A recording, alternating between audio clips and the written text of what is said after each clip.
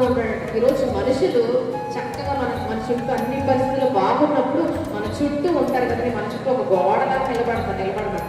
కానీ ఆపత్కాలంలో ఎవరంటే మహాదుర్గం ఈరోజు దేవుడే. ఆపత్కాలంలో అందరూ విడిచి వెళ్ళిపోతారు, ఒంటరి చేస్తారు. కానీ ఆపత్కాలంలో ఈరోజు మనకు ఉన్నట్లయితే మనకి మహాదుర్గం ఎవరంట?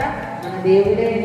నా కొండ, నా కోట, నా శైలం, నా శృంగము, నా దుర్గము, నా బలమని దావీదు ఆయన గురించి ఎన్నో చక్కటి మాటలు మాట్లాడారు. ఎందుకంటే శ్రమ అనుభవించిన దావీదుకి అందరూ అతను ఒంటరి చేసిన సమయంలో, అందరూ అతను సులభంగా చూసిన సమయంలో ఎవరైనా మహాదుర్గంగా ఉందంటే దేవుడే కదండి. నా కొండ, నా కోట అన్ని కూడా నా దేవుడిగా ఉన్నాడని చెప్పి అతను దేవుడిని స్తుతిస్తూ ఉంటాడు. ఈరోజు మనకి ఎవరు లేరని అనుకోవడానికి లేదు. ఒకవేళ ఎందుకు పనికిరాని స్థితిలో నేను ఉన్నాను కాబట్టి అంత నన్ను విడిచిపెట్టారని బాధపడుతున్నట్లయితే పరిశుద్ధాత్మ దేవుడు మనకు జ్ఞాపకం చేసిన విషయం ఏంటంటే, నేను మీకు మహాదుర్గం